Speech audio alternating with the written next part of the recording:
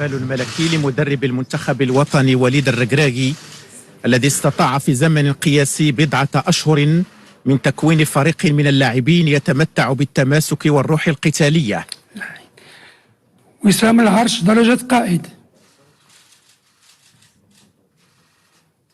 بحرفية عالية وتنافسية قوية وغيرة وطنية صادقة وقيم إنسانية راقية أدى الفريق الوطني منافسات بطولية.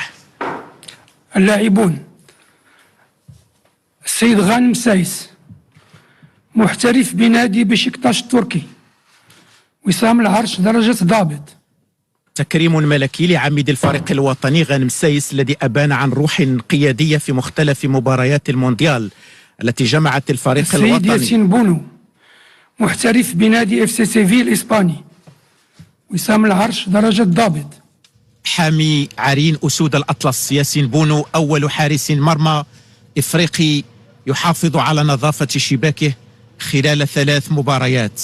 أرقام قياسية عديدة دخلت سجل مفاخر النخبة الوطنية. السيد أشرف حكيمي محترف بنادي باريس سان جيرمان الفرنسي.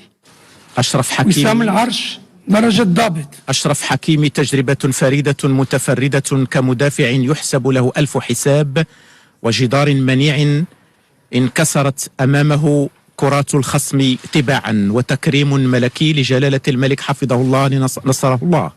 السيد نصير المزراوي محترف بنادي بايرن ميونخ الألماني.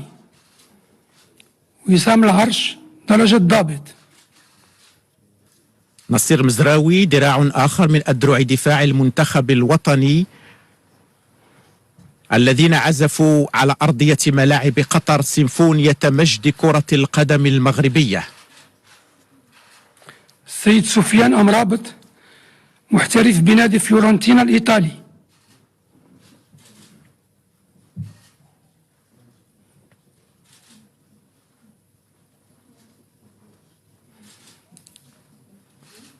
وسام العرش درجة ضابط. وسط الميدان سفيان مرابط وواسطة عقد المنتخب الوطني النفيس بكل عناصره المتسمة بالاحترافية العالية والتنافسية القوية كان حاضرا بقوة في المقابلات 7 لأسود الأطلس. السيد نايف أجرد محترف بنادي ويست هام الإنجليزي خريج أكاديمية محمد السادس لكرة القدم. وسام العرش درجة ضابط.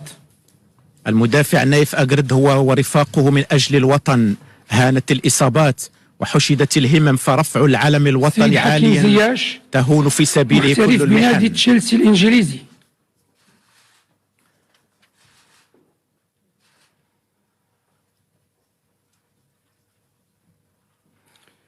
وسام العرش درجة ضابط. حكيم زياش ذو القدم اليسرى الذهبية والروح القتالية العالية المؤمن حتى النخاع بأن النصر لا طعم له إلا تحت الراية الحمراء بالنجمة الخضراء. محترف بنادي أنجي الفرنسي خريج أكاديمية محمد السادس لكرة القدم.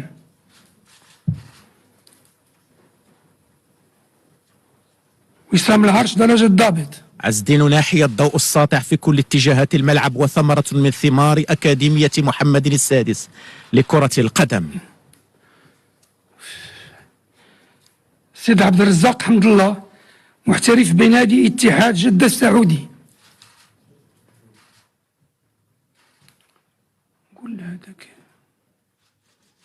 عبد الرزاق حمد الله إسهام في صنع لحظات مونديال 2022. سيد أنس زروري محترف بنادي برلي الإنجليزي.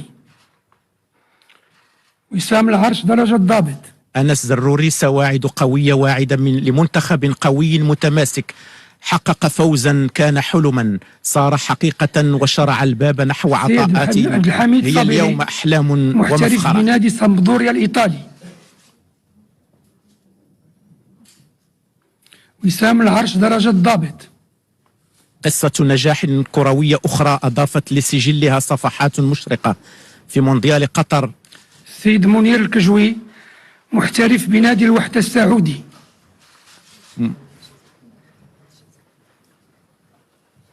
وسام العرش درجة ضابط.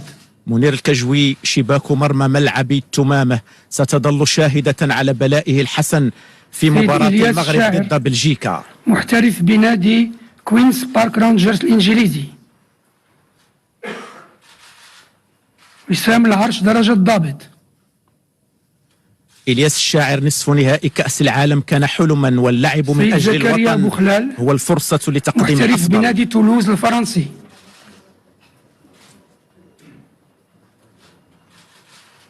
وسام العرش درجة ضابط. زكريا بوخلال عزيمة وإرادة لمهاجم لا تفتر، وإن وصلت إلى شباك الخصم وحققت الهدف فالعود والمسير من جديد نحو الشباك هو الأمل. محترف بنادي ستاندارد دو ليج البلجيكي. وسام العرش درجة ضابط. سليم أملاح شغف قوي بالقميص الوطني وإرادة تتحدى الصعاب لتشريفه والشرف بارتدائه. زلزولي محترف بنادي أوساسونا الإسباني.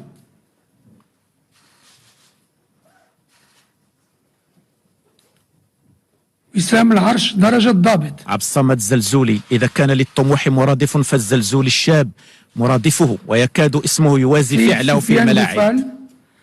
محترف بنادي أونجي الفرنسي. وسام العرش درجة ضابط.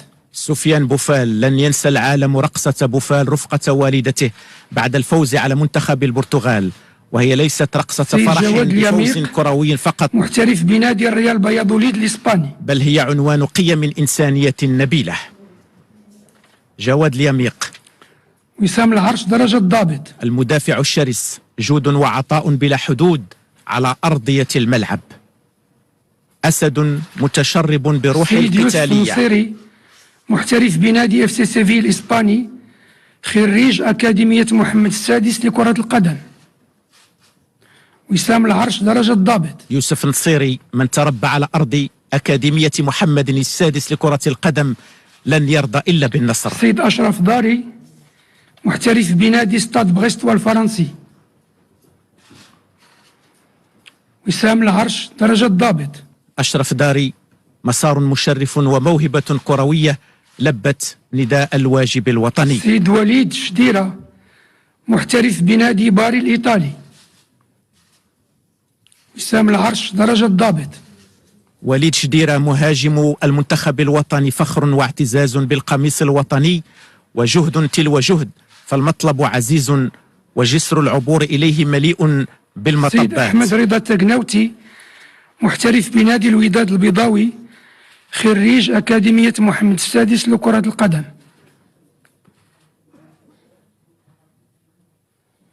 وسام العرش درجة ضابط.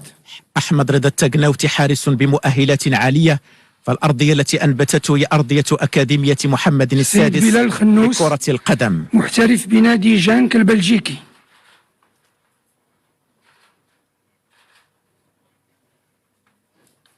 وسام العرش درجة ضابط. بلال خنوس صغير في عمره كبير في وطنيته، عملاق في حلمه، أخلاق الكبار وعزيمة الشباب. بدر بانون، محترف بنادي قطر الرياضي.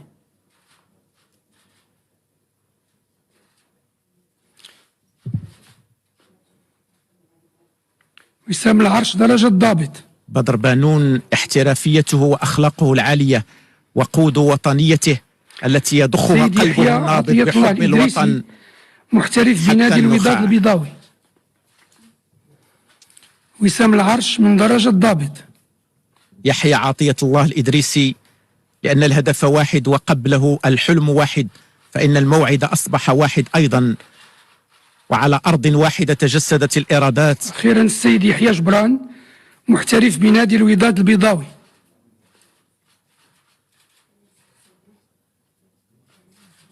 وسام العرش درجة ضابط.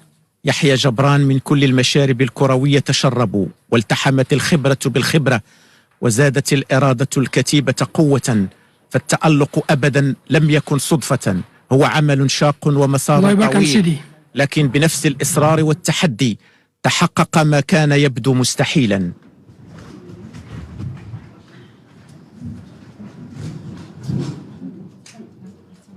استقبال ملكي سامي يخصص لأعضاء المنتخب الوطني لكرة القدم. وجلالة الملك حفظه الله محفوفا بصاحب السمو الملكي ولي العهد الأمير مولاي الحسن، ومرفوقا بصاحب السمو الملكي الأمير مولاي رشيد. وصورة للتاريخ، تاريخ مجيد حافل بالبطولات، إنجاز تاريخي عظيم حققته النخبة الوطنية خلال نهائيات كأس العالم بقطر 2022. مسار متألق أبهر العالم، وأرقام قياسية دخلت السجل الذهبي لكرة القدم المغربية. ولن تكتمل صورة الفرح والاعتزاز هاته إلا بأمهات أنجبن رجالا أسودا حرص جلالة الملك حفظه الله على إشراكهن في هذه الملحمة الوطنية والصورة التذكارية، عربون اعتراف لما بذلنه في تربيتهم على الأخلاق العالية والإنسانية قبل الأخلاق الرياضية الكروية.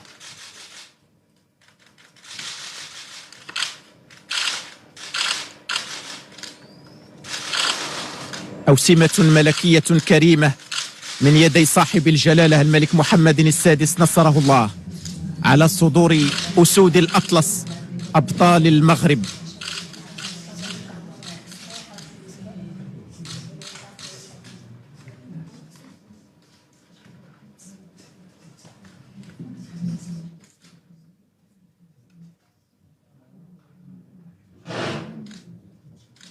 كرة القدم الوطنية قالت كلمتها في مونديال قطر 2022. العالم بكامله رأى وعشق المواهب المغربية، أسود الأطلس التي حاربت بندية أقوى وأعتى الفرق. لحظة للتاريخ يقدم خلالها أسود الأطلس إلى صاحب الجلالة الملك محمد السادس نصره الله تذكارا، تعبيرا منهم عن المحبة اللامشروطة والوفاء الدائم للعرش العلوي المجيد، والامتنان للرعاية والعناية الملكية السامية التي أحاط بها جلالة الملك حفظه الله أسود الأطلس طيلة منافسات كأس العالم بقطر 2022. هو امتنان وشكر للعناية الملكية الدائمة التي يشمل بها جلالة الملك حفظه الله الرياضة والرياضيين، والتي أثمرت سياسة رشيدة رفعت من شأن الرياضة الوطنية عاليا، وحققت بفضلها مكاسب وإنجازات للتاريخ تشكل مفخرة أجيال وأجيال. هي عناية يوليها جلالة الملك حفظه الله لكافة المجالات والميادين، حرصا من جلالته على ضمان التقدم والتطور الشامل والعيش الكريم لكافة المواطنين، وضمان الصورة المشرفة اللائقة بمغرب التاريخ، مغرب الأمجاد والإنجازات العظيمة.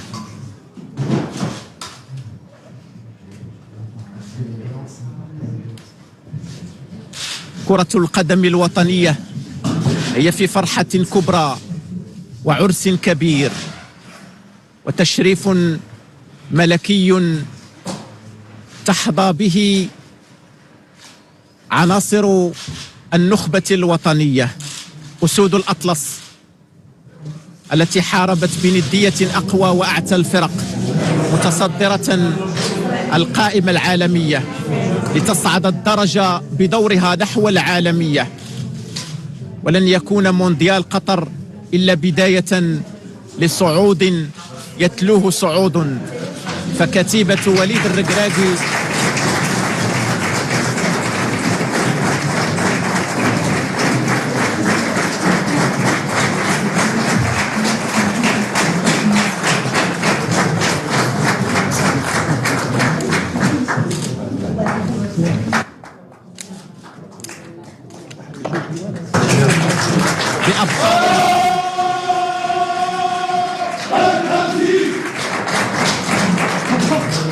كتيبة وليد الركراكي بأبطالها تعد بالعطاء الكثير وبالإنجازات الكثيرة.